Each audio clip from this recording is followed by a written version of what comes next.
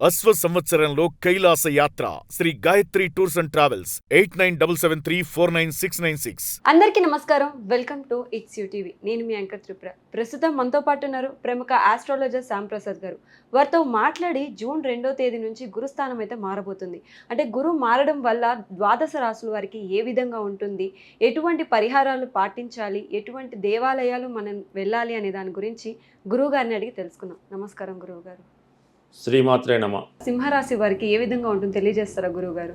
సింహరాశి, ఇప్పుడు ఈ రాశి గురించే చాలామంది ఈ రాశి వారికి చాలా బాగుండడం లేదు, మరి కొంతమంది చాలా బాగుంటుందని ఈ విధంగా కంట్రవర్సీగా రావడం జరుగుతుంది. సో దీనికి ప్రధాన కారణం ఏంటంటే ప్రస్తుతం ఈ సింహరాశి వారికి అష్టమ శని జరుగుతుంది. ఈ అష్టమ శని ఏం చేస్తుందంటే మనకు అవమానాలు ఇస్తూ ఉంటుంది అన్నమాట. ఏదైనా మనం అనుకున్న ప్రామిస్ నెరవేర్చలేకపోవడం, ఆ విధంగా కొన్ని అవమానాలు ఇస్తూ ఉంటాం. అలాగే ఈ లగ్నంలో కేతు ఉన్నాడు, అంటే రాశి అందు కేతు ఉన్నాడు సింహరాశిలో. ఈ కేతు ఏంటంటే ఈ రాహు కేతువులో కేతు అన్నది పూర్తిగా ఆశతో ఉన్నటువంటి గ్రహం, హెడ్ కాబట్టి అన్ని తనకే కావాలన్నటువంటి గ్రహం రాహు. ఈ కేతు పూర్తిగా నిరాశతో, దానికి హెడ్ లేదు కాబట్టి పూర్తిగా నిరాశతో ఉంటుంది, అది హృదయంతో ఆలోచిస్తుంటుంది. అందుకని అంటే పెద్దలు చెప్పే మాట అంటే రాహుకి తలలేదు, కేతువుకి తలలేదు కాబట్టి అన్ని హెడ్లెస్ పనులు చేస్తుంటారని చెప్తూ ఉంటారు. సో అందువల్ల ఏంటంటే ఈ కేతువు ఎప్పుడైతే రాశిలో ఉన్నాడో ప్రతిదీ నిరాశగా ఉంటుందన్నమాట. ఏదో ప్రయత్నం చేయడం, మధ్యలో వదిలేయడం, దేని మీద కూడా పెద్ద పట్టుదలగా లేకపోవడం జరుగుతుంది. పైపెచ్చి అష్టమ శని నడుస్తుంది. ఈ రెండు ఇంత బలంగా ఉన్నప్పుడు కేవలం గురువు అనుకూలంగా వచ్చినందుకు మాత్రం వాటిని మారడం కష్టం. అయితే ముందు మనం ఇలా మంచి ఫలితాలు వస్తాయి ఈ గురువు మారడం వల్ల అని చెప్తాం. ఆ ఫలితాలు మీరు పొందాలంటే ముందు ఈ రెండు గ్రహాలని కంట్రోల్ చేసుకోవాలి. అష్టమ శని అన్నది చాలా ఇబ్బందితో కూడుకున్నది అనమాట.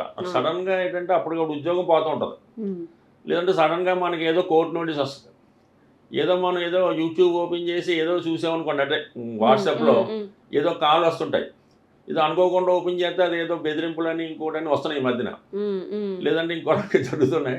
అందువల్ల ఏంటి అది ముందు కావాలంటే ముందు దాన్ని జాగ్రత్తగా ఉండాలంటే శివుణ్ణి తదేకంగా దీక్ష తీసుకొని కొంచెం జాగ్రత్తగా ఉండవలసి ఉంటుంది. అది దాన్ని కంట్రోల్ చేసుకోవాలి. ఇప్పుడు కేతువుని కంట్రోల్ చేసుకోవాలి. ఈ రెండుని కంట్రోల్ చేసుకుంటే కదా గురువు ఇచ్చే మంచి ఫలితం ఇస్తాడు. మనకు ఒక మందు, డాక్టర్ గారు ఒక మందు ఇచ్చారు, ఏదో మనకి ఏదో షుగర్ ఎక్కువగా ఉందని నాకు మందు ఇచ్చారు, రోజు మాత్రలు వేసుకోమని చెప్పారు. నేను ప్రతిరోజు కూడా ఏదో స్వీట్స్ అయితే తినేసి ఏదో ఇష్టం వచ్చి చేస్తుంటే ఏం దొరుకుతుంది? అలాగే రెండు గ్రహాల ఇబ్బంది వల్ల సింహరాశి వారికి ఇబ్బంది ఉన్నమాట యథార్థం. ఇప్పుడు గురువు మారినంత మాత్రాన్ని ఏం మారదు. అయితే ఏంటంటే దీన్ని కంట్రోల్ చేసుకోవాలి. మనం కంట్రోల్ చేసుకుంటే ఆటోమేటిక్గా మీకు వస్తుంది. అంటే మనకు అష్టమ శని పోవాలంటే మనం ఇది ఎంతవరకు మనం చేయగలం, ఇది ఫుల్ఫిల్ చేయగలం. ఒకడు ఏం చేస్తాడంటే ఒక 10 కోట్లకి ఇల్లు వస్తే కొనేస్తాడు, వీటితో రూపాయి ఉండదు అని తిప్పుతూ ఉంటాడు. అలా కాకుండా ముందే ఆలోచించాలన్నమాట. మనం ఎంత కొనగలం, 10 లక్షలు పెట్టగలమంటే పెట్టుకుంటే సరిపోతుంది. అందువల్ల ఏంటంటే ఈ సింహరాశికి బాగున్న కారణం ప్రస్తుతం మనం గురువు కోసం మాట్లాడుకుంటున్నాం కాబట్టి గురువు ఈ రాశి వారికి పంచమ అష్టమాధిపతి. 5వ స్థానం అన్నది మనలో ఉన్నటువంటి టాలెంట్ చెప్తూ ఉంటుంది. అలాగే మన యొక్క సంతానం, అలాగే మనకు ఉన్నటువంటి యాంబిషన్స్, అలాగే కొన్ని బలహీనతలు ఉంటాయి, లవ్ అఫేర్స్ అంటారు, అవి ఉంటాయి. ఇవన్నీ కూడా పంచమ స్థానం బట్టి ఉంటాయి. అటువంటి పంచమ స్థానాధిపతిగా ఉన్నటువంటి గురువు 12వ స్థానంలోకి వచ్చాడు. అంటే 12వ స్థానం అనేది ఖర్చులు చెప్తుంది, అవుట్ గోయింగ్ మనీ చెప్తూ ఉంటుంది. ఈ 12వ స్థానానికి ఎప్పుడైతే గురువు వచ్చాడో ఈ 5వ స్థానానికి పిల్లల కోసం ఎక్కువ ధనం ఖర్చు పెట్టవలసి ఉంటుంది. అంటే గురువు ఎప్పుడు కూడా మంచి ఖర్చునే పెట్టిస్తాడు, వేస్ట్ ఖర్చుని పెట్టిస్తాడు. అంటే ప్రధానంగా ఏంటంటే పిల్లల కోసం ఖర్చు అంటే ప్రస్తుతం విద్యా సంవత్సరం స్టార్ట్ అయింది కాబట్టి పిల్లల కోసం ఖర్చు అవుతుంది. ఈ పిల్లల కోసం ఎలా ఉంటుంది, ఈ కాన్వెంట్ కానీ కాలేజీ కానీ ఈ ఫీజులు ఉంటాయి. 5,000 నుంచి 5 లక్షల దాకా కూడా ఫీజు ఉంటుంది. సో అందువల్ల ఏంటంటే మనం ఈ పిల్లవాడిని మనం ఎంతవరకు చదివించగలం, నెలకి ఎంత కట్టగలం అన్నది అంతే జాయిన్ చేస్తే బాగుంటుంది.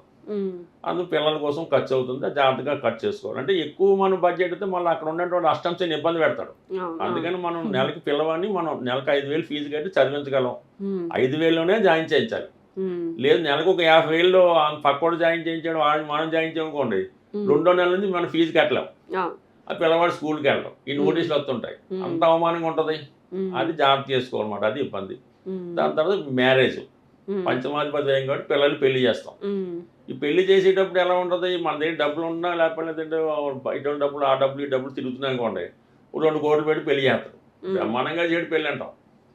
తీరా ఏంటంటే ఇక్కడ ఇబ్బంది. అందుకని ఈ పిల్లల కోసం మీరు పిల్లకి పెళ్లి చేయండి, కాలేజీలో చేర్పించండి, ఏదైనా విదేశం పంపండి.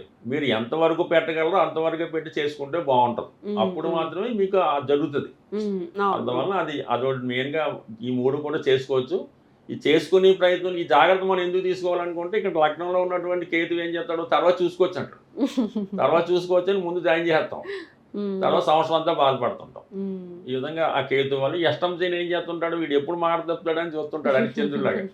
అందువల్ల ఏంటంటే అది కూడా జాగ్రత్తగా చూసుకోవడం. అది ఈ 2 చూసుకుంటాం మాత్రం ఈ సందర్భంలో పిల్లలకు సంబంధించిన కార్యక్రమాలు నెరవేరుతాయి. సాధారణంగా గురువు 12లోకి వచ్చినప్పుడు ఏం చేస్తాడంటే సంతానాన్ని ఇస్తాడు, ఎడ్యుకేషన్ ఇస్తాడు. అంటే మనం కూడా ఏంటంటే అంటే వాళ్ళ స్థాయిని బట్టి ఏదో విద్య ఏదో కారణం వల్ల అయిపోయింది, ఆ విద్య కంటిన్యూ చేసుకోవచ్చు. ఏదో కారణం వల్ల ఏంటంటే ఇంకొక డిగ్రీ చేద్దాం అనుకుంటాడు, అది కంప్లీట్గా చేసుకోవచ్చు. అలాగే సాధారణంగా పెళ్ళి 10 సంవత్సరాలు అయింది, కేవలం 12 సంవత్సరాలు అయింది, అయినా కూడా సంతానం కలగలేదు. అటువంటి వాళ్ళు ఈ సమయంలో సంతానం కోసం ప్రయత్నం చేయొచ్చు. సంతానం కోసం ప్రయత్నం చేస్తే కంప్లీట్గా ఈ అక్టోబర్ 31లో కన్సీవ్ అయ్యే అవకాశం ఉంది.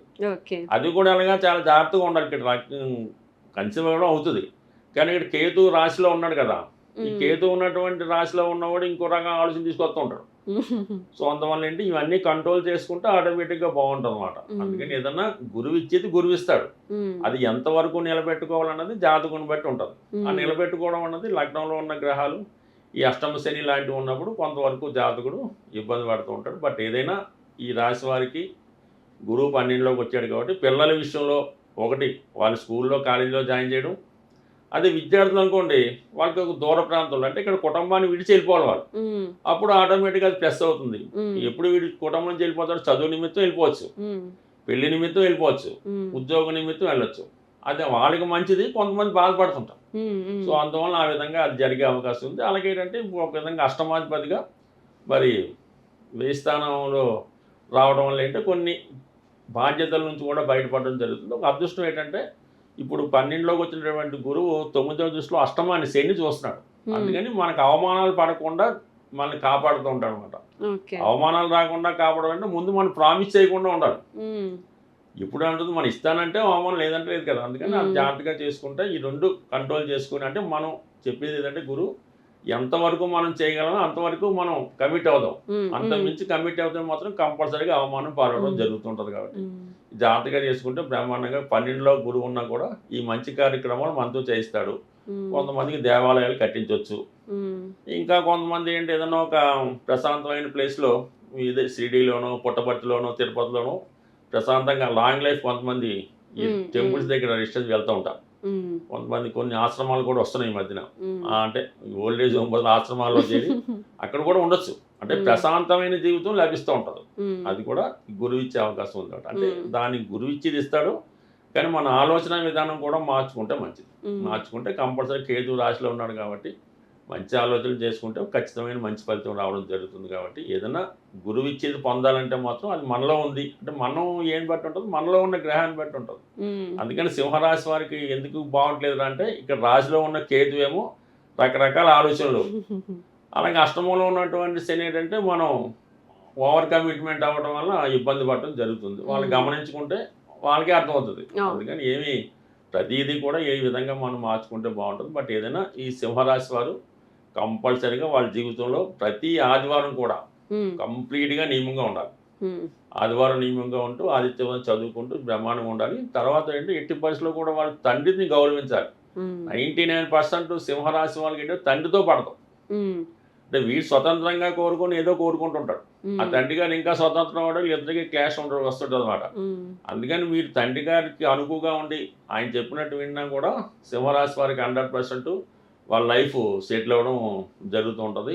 ఎవరినైనా మీరు అబ్జర్వ్ చేసుకోండి, 99% సింహరాశి వారికి ఫాదర్తో విభేదాలు, అంటే విభేదాలు అంటే అది శత్రుత్వం కాదు, ఏదో హక్కు కోసం పోరాటం జరుగుతూ ఉంటుంది. సో అది ఈ విషయం.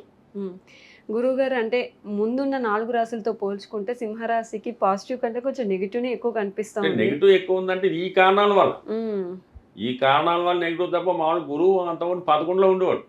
మొన్నటి దాకా జూన్ నుండి 11లో ఉన్నాడు. 11లో ఉన్న గురువు ఏంటంటే బ్రహ్మాండంగా అటు పంచమాధిపతిగా అతనికి టాలెంట్ బట్టి ధనం వస్తూ ఉండేది, ఆకస్మిక ధనలాభం వచ్చేది, ఫండ్స్ వచ్చేది. అయినా బాగలేదంటే కారణం ఏంటంటే ఈ లగ్నంలో ఉన్నటువంటి కేతు, అష్టమంలో ఉన్నటువంటి శని సరైన నిర్ణయాలు తీసుకోలేకపోవడం, ఈ ఓవర్ కమిట్మెంట్, ఈ 2 కారణాల వల్ల 11లో ఉన్నప్పుడే బాగలేదంటే 12లోకి వచ్చి ఏమవుతుంది అంటే 11 అన్నది మనకి ఇస్తుంది.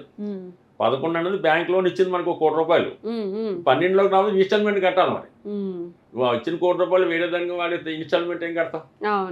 అది మన ప్రాబ్లం. అది అందువల్ల ఏంటంటే ఆ నిర్ణయం తీసుకోవడంలో కరెక్ట్గా లేదు. అందువల్ల కరెక్ట్గా తీసుకుంటే 100% వాళ్ళకి బాగుంటుంది. కానీ వాళ్ళకి ఏదైనా సింహరాశి వారికి లగ్నంలో ఉన్న రాశిలో ఉన్నటువంటి కేతువు డిసెంబర్ 5తో వెళ్ళిపోతాడు.